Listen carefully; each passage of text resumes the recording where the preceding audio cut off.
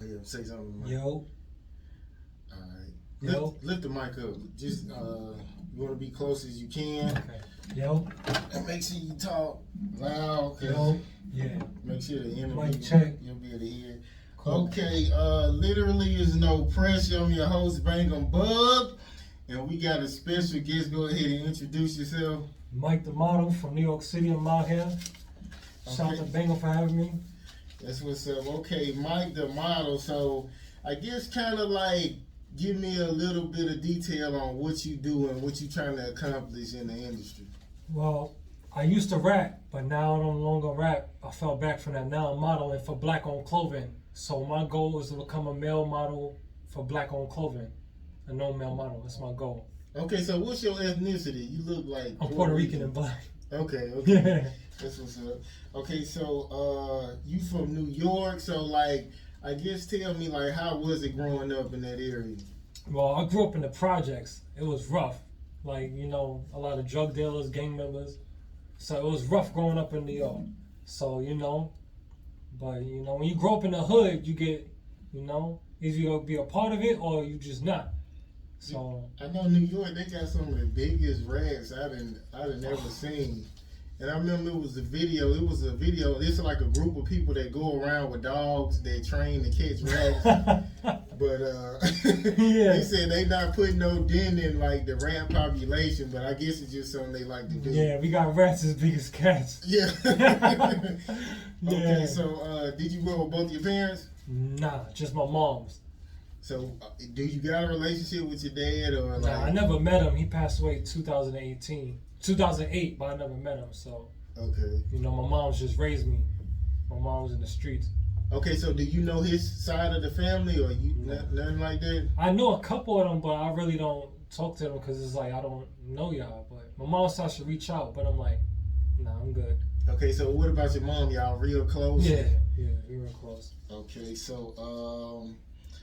so I guess give me the most traumatic experience you had as a child. Most traumatic? Yeah. I could basically say like, mom's telling you my pops is coming over for Christmas, my birthdays, he never showing up. So it's just like, getting sold dreams that never came true. So as a kid, that messes you up mentally.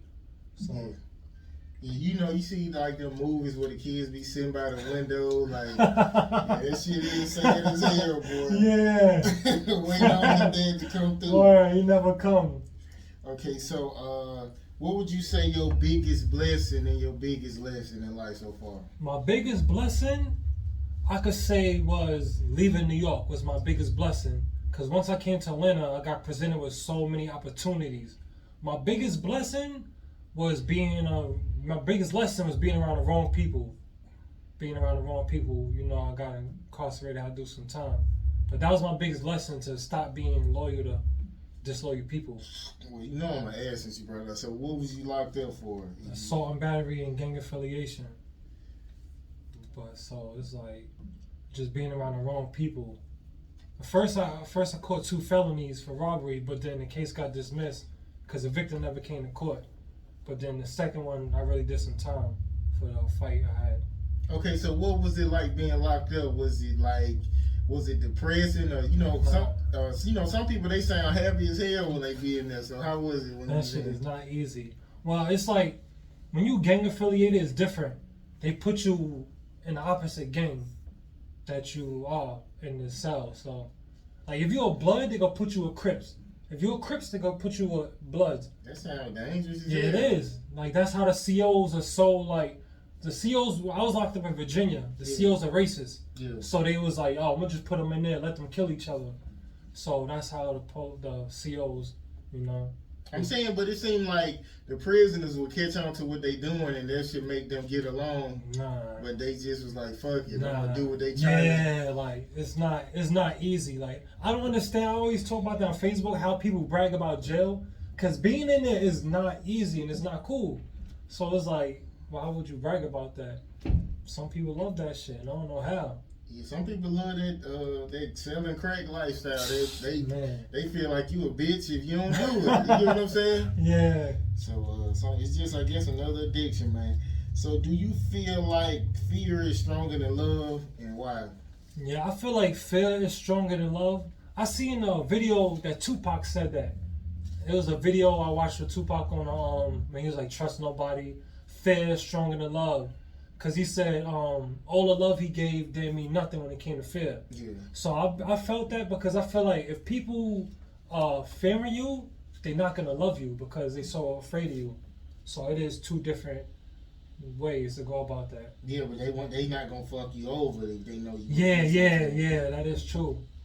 Okay, so have you had to cut off a family member or a friend, and if so, why? Yeah, I had to.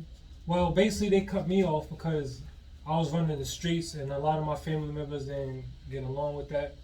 So it's like, but yeah, I cut a couple family members off. Like if I feel like family members are not supportive, then it's like I don't need you in my life, family or not. You're not gonna support me. It's like what you doing around me. So do you support anybody in your family? Of course. Support my brother, my sister, support my mom. I support anybody. Even if I don't know you. If I see you doing something positive, I'm going to support you, whether I know you or not.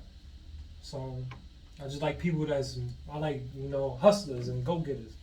Okay, so since you, like, biracial, like, did you have a hard time, like, trying to identify with either side, or? Nah, yeah. I had a hard time in school, because, everybody's calling me white and stuff because I'm light skinned. Yeah. So it was hard. Well, okay, so do you feel like being light skinned, do you feel like you get treated better than dark skinned blacks? Nah, not really. I get treated the same. Like as far as like the police, they don't care. Yeah. They like, so I say I was growing up in the projects. If you here, they gonna treat you like they don't care. No matter if you light skinned, dark skinned, brown skinned, they don't care. They gonna treat you like they treat everybody else. But as far as like, I really don't get into the light skin and dark skin thing because it's like we all grew up together, so it's like I never really had a problem with that. Yeah, I mean I bring it up because you hear celebrities like Dave Chappelle say he got treated different. A lot of people get treated different, so you never know. Yeah, facts. Okay, so who would you say the most impactful person in your life? I say my mom's, because no matter what I go through, personally, she'll always hear me out and never judge me. So I could say my mom. Okay, so what's something you could never forgive and something you will never forgive? Something I can never forgive is like a friend doing me wrong. Like, and something I can never forget is like stuff I've been through in my past. So could you forgive a guy for messing with your girl? Nah, because it's like we have a bro code. It's like we don't deal with each other's girlfriends or exes because I never know how you feel about your ex. So why would I go try to, smash your ex? But I always look at it like a woman know that's your friend. Yeah. And if she still like go ahead and do it, like why be mad at your homeboy? Nah, you're she's right just though. willing to just do it like that. Somebody told me in the past, a nigga gonna be a nigga. Yeah. A nigga ain't turning down a pussy, but yeah, if that's your girl and she know that's your homie, yeah, that's foul. Cause your homeboy might kill somebody for you. You get what I'm saying? Yeah. So it's like he still would kill somebody, but he just don't have to fuck that hoe.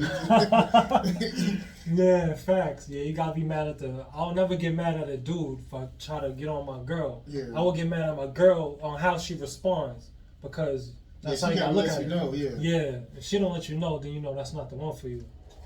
Okay, well, sometimes if some women know you violent and crazy, they won't tell you because they know you might react. I know he's gonna wild out if I tell him. So sometimes they be looking out for you. Okay, so what would you say the most hurtful thing that has been said to you? The most hurtful thing that's ever been said to me? That's deep. That's deep. I don't know. Probably like, I don't know how to explain that because I've been through so much. So the most hurtful thing, probably like a girl cheating on me or like a friend. I found a friend killed another friend, something like that. I don't know. That's deep. That's a deep question. Okay, so has a woman ever said she don't love you anymore?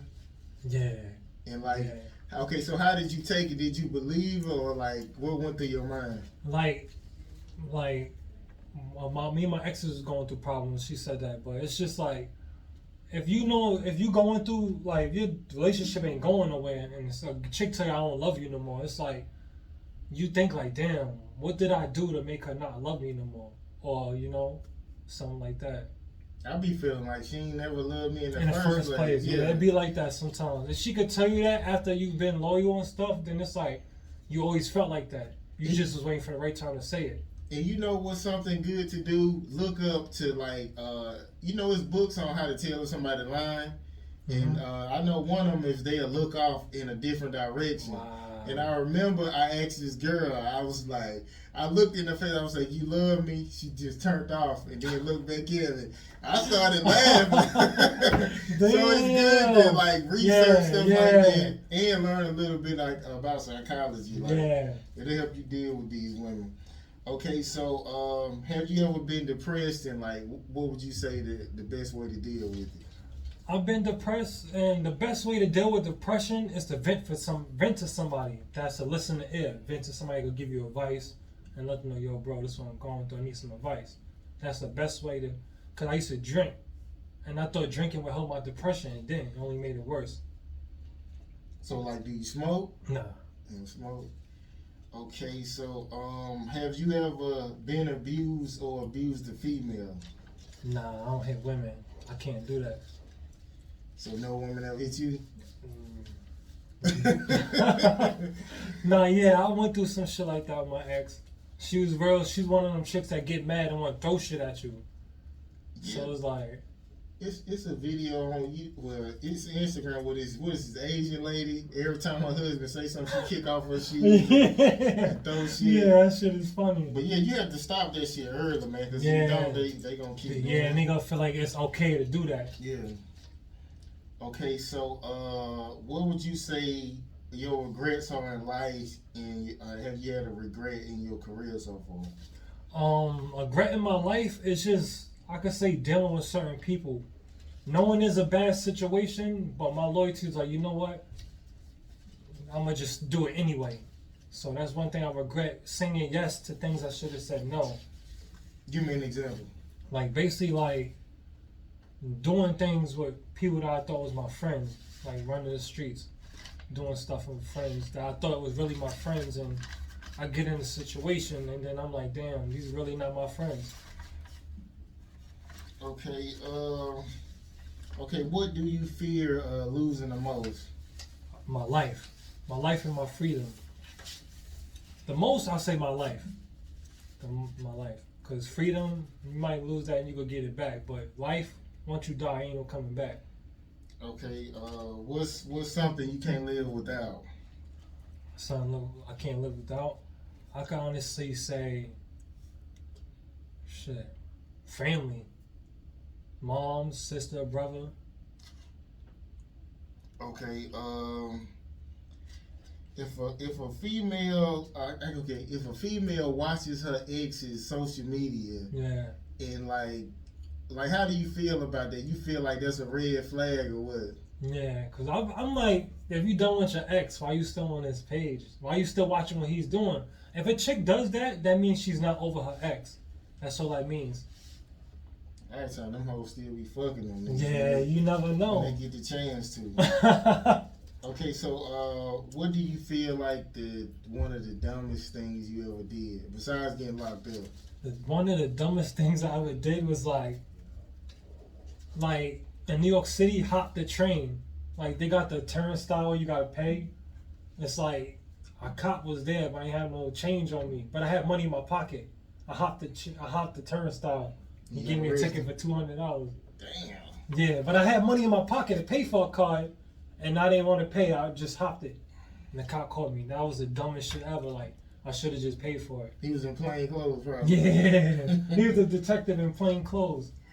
Okay, so what would you say the scariest moment in your life? In the person you thought of when it happened. The most scariest time of my life is when I almost died.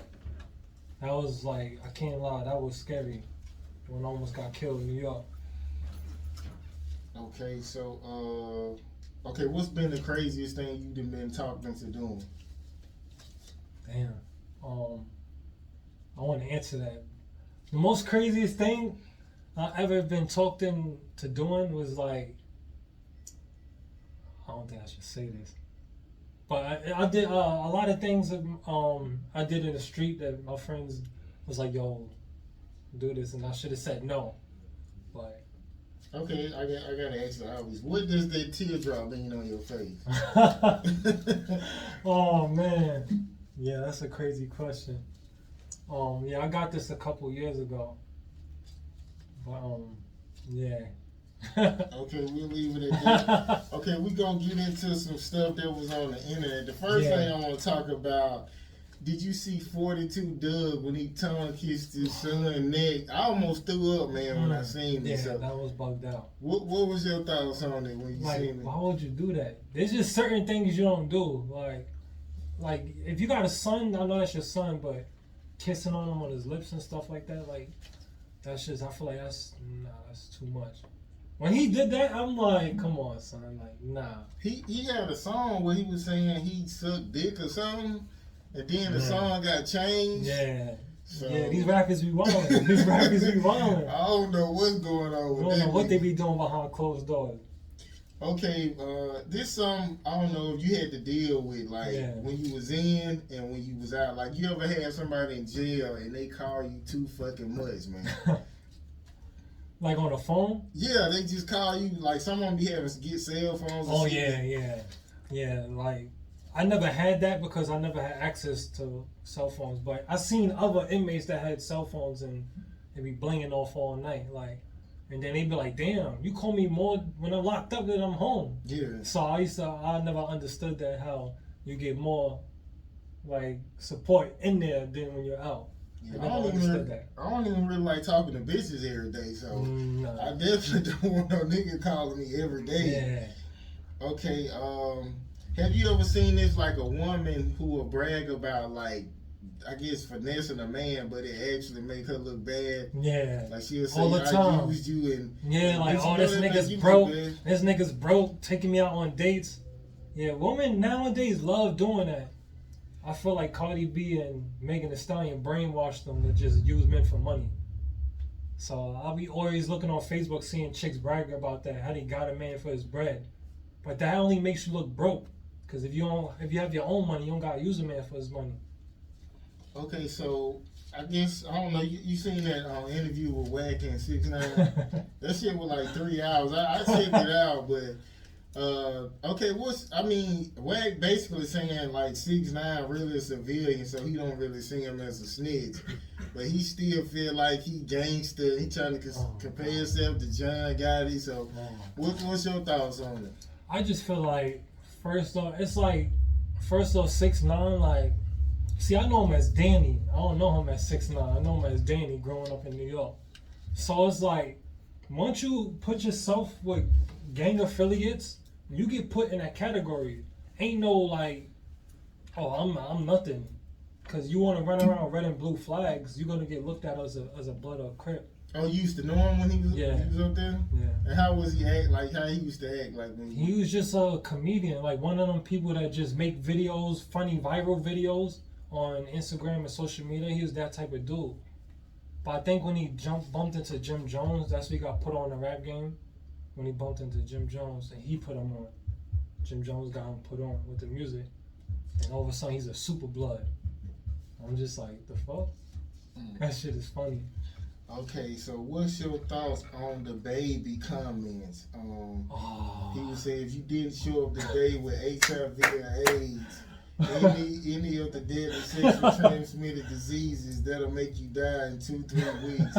Put your cell phone light in the air. Yo. Ladies, if your pussy smell like water, put your cell phone light in the air.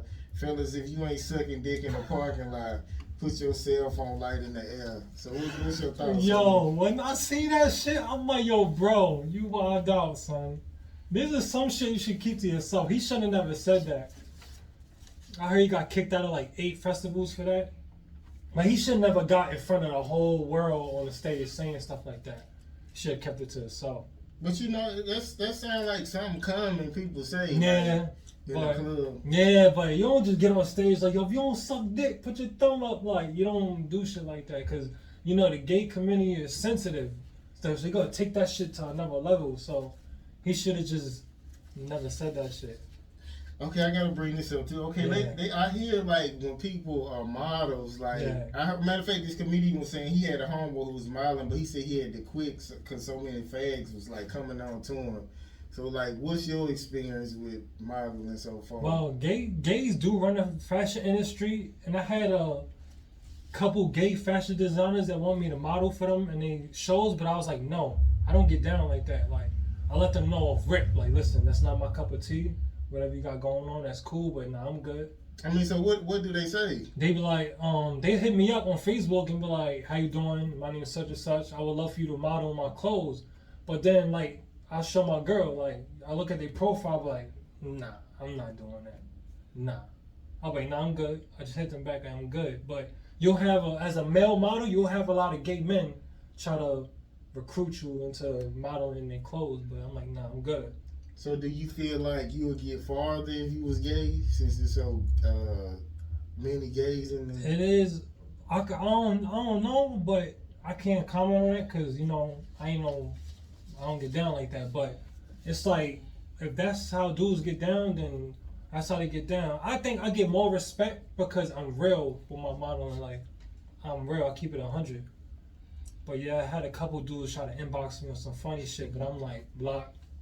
Yeah, I mean, most of the time, if a dude hits you up like on some friend shit, they seem gay anyway. You ain't even talking about no business. Yeah, we ain't talking about business. It's like, yeah, that's a red flag already.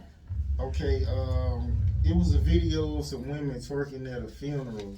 oh, So like, I guess, so what's like one of the weirdest things you done seen at a funeral? twerking at a funeral, that is, I never seen no shit like that at a funeral though. Like, cause people depressed at a funeral. Who just like, I'ma just twerk and make everybody feel better. Like, that's just crazy. The weirdest thing I ever seen at a funeral was like somebody kissed the body while I was in the casket. Like, somebody, like, a woman or a guy? Oh God. He kissed a woman? Yeah. That's a little weird. Yeah, so I'm like, just ain't nobody say nothing? Nah, they just look like, what the fuck? Like, cause just a kissing, like, I'ma just kiss the body. Like, that was some weird shit.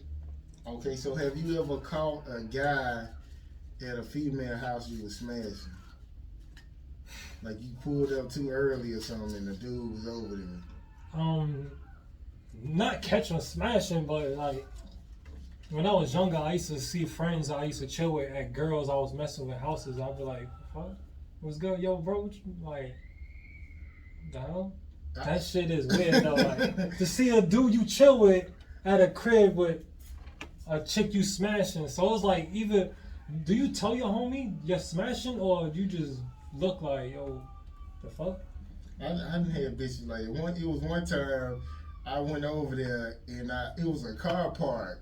So I called, I said, hey, you by yourself? So I guess the dude finished fucking her. And like 2 minutes later, he ran out the house like fast. And then I just waited on my turn here, and I went in and smashed. That's crazy. Okay, so matter of fact, have you ever been like robbed or anybody ever stole something from you before? Yeah, I've been robbed. And how did that go? Like, that shit is crazy. It was at nighttime. They caught you.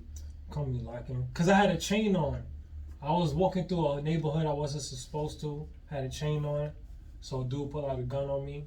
I wanted to take my chain off, so you know, shit got ugly from there. Oh, y'all got in a fight? We ain't getting a fight. He pistol with me, so Damn. I took my chain off. But it's like, when you in the hood, you shining somebody else's hood. I was young and stupid. People told me I'd be walking around with jewelry like that, but I ain't learned. But shit got ugly. Yes, I would have gave that up. They catch you lacking, because even if you got your shit, you got to get it out. So you got to give it up, man. Fact. So, okay, if a woman's not answering her phone, or she take a while to answer a text back, is that a red flag for you? If she not at work? Yeah, that's a red flag. Because it's like, if you're not at work, it's like you call a chick and she always answer. and then you call her and then she don't answer, but then she texts you back 4 hours later like, oh my bad. It's like you go like, the fuck? You gotta think like, what are you doing that? Because females always got their phone in their hand. Yeah. Always. So it's like, either you just watching me bling you up or you just busy doing you and you don't want to answer the phone. So that is kind of a red flag. I had a chick do that, and she used to call me at work all the time. So when she started going out doing her little thing, I would call her, and she asked me why I was calling her. I'm like, bitch, you call me while I'm at work? Mo, it's just like they be trying to talk to you stupid as hell. That makes like, no sense. I already know what you're doing. Okay, so it was a dad. He seen his pregnant ex-wife at his son's soccer game, and she was with her boyfriend, and he killed both of them. Oh shit! So like, what was like your worst reaction to like an ex that you might have seen like out in public? like to see my ex with another dude, it's like it depends on how the relationship fell out. If I had feelings for her, I'd be just looking tight like damn. But then it's like, hey, it is what it is. Like, if a dude could take your girl, that was never your girl. That's how I was taught. So it's like, you can't get mad if you see another dude with your ex, because that's your ex. Just go find a chick that's better. Yeah, you just had to look at it and be like, oh well. Like, all right, yo, good looking. That's your problem now. Okay, what's one of your worst experiences you had on the first date? My worst experience on the first date? Shit. I can say a chick being on her phone. Like if I take you on a date, I'm trying to get to know you. Is log out of Facebook and Instagram.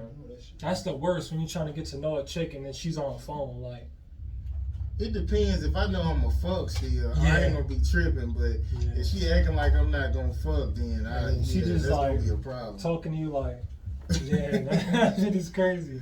Okay, so have you ever been jumped before and like why? Yeah, of course. I've been jumped, you know, like I said, being in the wrong hood. I was walking through the wrong hood flagging, and people didn't like that. So I had to fight like 3 dudes. That shit was crazy. You know, I noticed something. Like, I remember I watched this. It was like a documentary about gangs. I don't know if it is like Latin people. It's like they walk through neighborhoods like on purpose. I don't know what the fuck that's about. Like, with no gun or nothing, just ripping they shit. I don't know why they do that. I don't know. That shit is crazy. Yeah, that is crazy. Okay, have you ever seen somebody like overreact because they didn't get a refund? Yeah. And yes. Did you try to calm them down, or you just watched? I'll just mind my business. Especially when that spicy chicken sandwich came out from Popeyes and everybody in the world was wilding out. Yeah. That shit was crazy. I think one of the times I seen it was a guy. I was in it was a pizza place, and the guy wanted a refund, but you know he paid with his card. Yeah. So she was like, "Yeah, it's gonna take a few days to come back on your card." This nigga bug. I wanted to get a nigga $20, but I just left. I was like, "Fuck it," but he was like, "Damn, about to fight the girl over the little however much it was." That's crazy. But it wasn't no more than $20 though. Yeah, it's bugged out. Okay, so I guess tell us like I guess on the model, how if I wanted to model, like how would I get started, and like what do I need to do to get started? Basically, like work on your poses, taking pictures. Like if you're a photogenic person, it'd be perfect for you. Cause it's not hard. I used to think it was hard until I started doing it. It's really not hard. You just gotta dress, like have a matching outfit on, have a nice scenery. Basically, the main thing you need is a background, because people gonna see it, look at what you're wearing, and they gonna look at the background of the picture to see where you at. So if you wanted to start, just get a nice outfit and get a dope scenery. That's the best way to start. Okay, and so what's the money like? What was your first check like, or the biggest check you got for modeling? See, I ain't really get to that yet. I'm just freelancing on my own. But I have some clothing lines that'll hit me up and pay me to be in their clothes. Like $150, $200. It depends. Okay, so tell the people how they can get in touch with you, and I guess your social medias and all that. My Instagram is Mike the Model, MIKETHA Model 88. Twitter, the same thing, Mike the Model 88. Facebook, hashtag Mike the Model 88. and you could just catch you out here in Atlanta. I'm running around every day.